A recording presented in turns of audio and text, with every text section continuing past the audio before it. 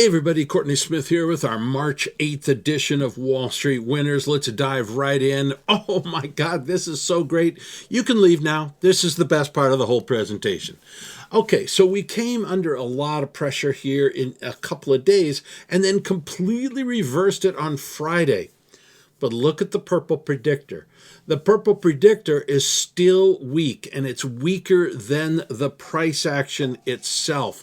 So that says that there can be more to go on the downside. But let's keep going through some of our indicators, okay? So the price action was weak, although Friday was pretty spectacular on the upside, but the purple predictor remains bearish.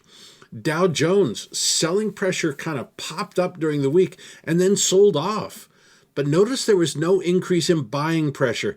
That's the green line. In fact, the buying pressure actually went down on the Dow, but the selling pressure went down a lot more. That strength on Friday got us right back up to within just a little bit, 500 Dow points away from all-time highs again. So once again, we want to be in Dow, not NASDAQ. NASDAQ's the weakest of all. Notice that Friday's price action, it was strong, but whereas with the Dow and the S&P, we made a new high over Thursday's high, here we did not. But the purple predictor is stronger here. We notice how the purple predictor is now above the price action, and that's usually a bullish sign. So we're getting mixed signals now. So when I told you we'd see this dip, I said we'd see this dip, okay? And it was largely based on seasonality and over-enthusiasm. I look at this now. Hang on one second, though. Let's take a look. So our indicator for stock seasonality, the whole market, is currently bullish. Okay, we have it on a bull signal. Utilities, neutral. Now, we're now in the period, starting now, when? Now, that we should see bullish seasonality. There's no scenario on this chart that doesn't say we're going to have that. Now, the green line, which is all post-election years, is kind of neutral. But the one that's most applicable are the two at the bottom, the purple line and the red line. And both of them show a good up move here, 2, 3, 4%.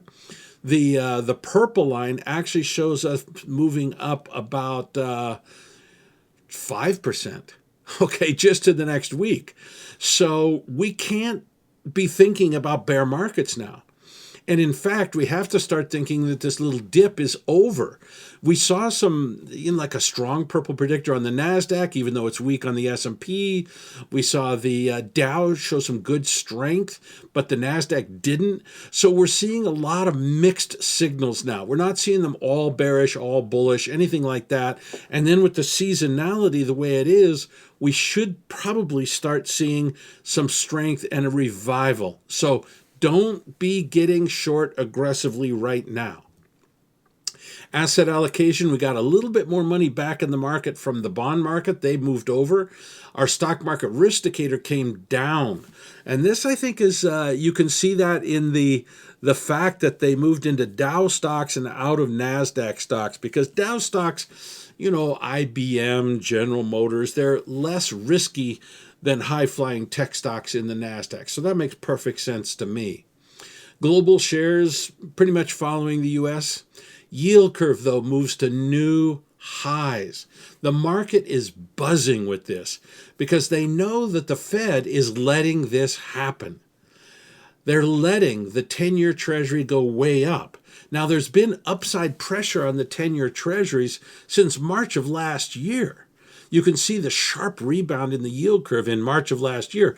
And if the Fed had not intervened, it would have kept on going and the economy would be so much stronger than it is now.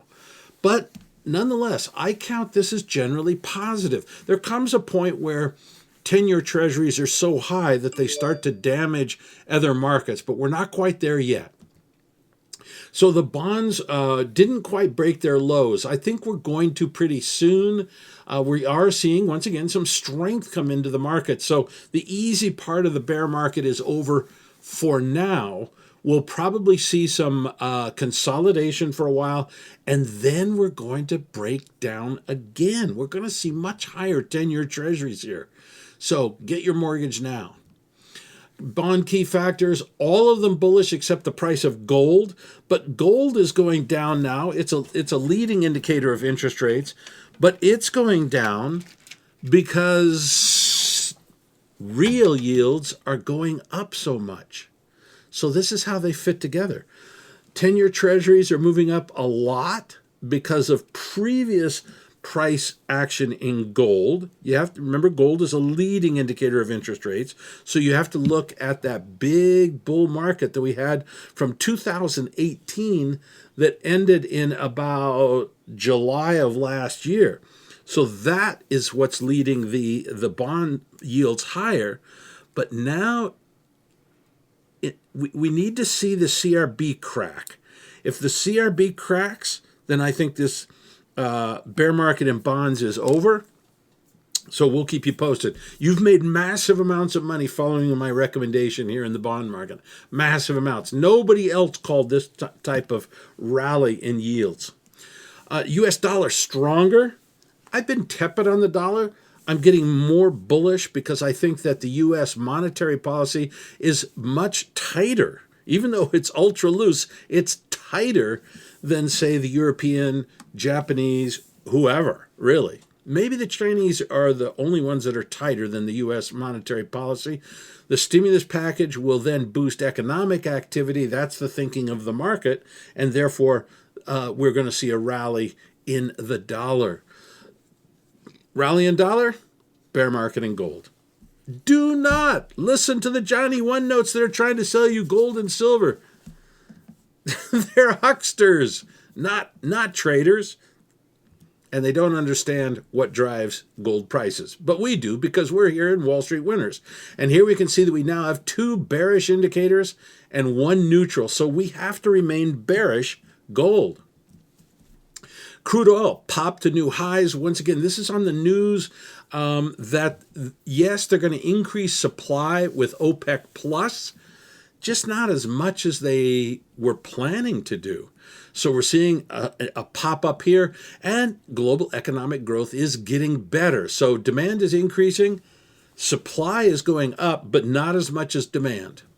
Bitcoin, we remain bullish on Bitcoin. We're in a consolidation period, but the purple predictor tells us that it will go back up and break to new highs. But look for more consolidation, probably a week or 2 of it, something along those lines. All right, freebies, love having you here. If you've been, obviously we don't give specific recommendations in this part of Wall Street Winners. That's reserved for our fully paid up members.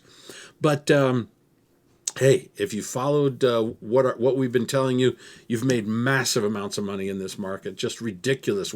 Way more than it costs to subscribe to Wall Street Winners. Okay, fully paid up members, hang on just 1 second.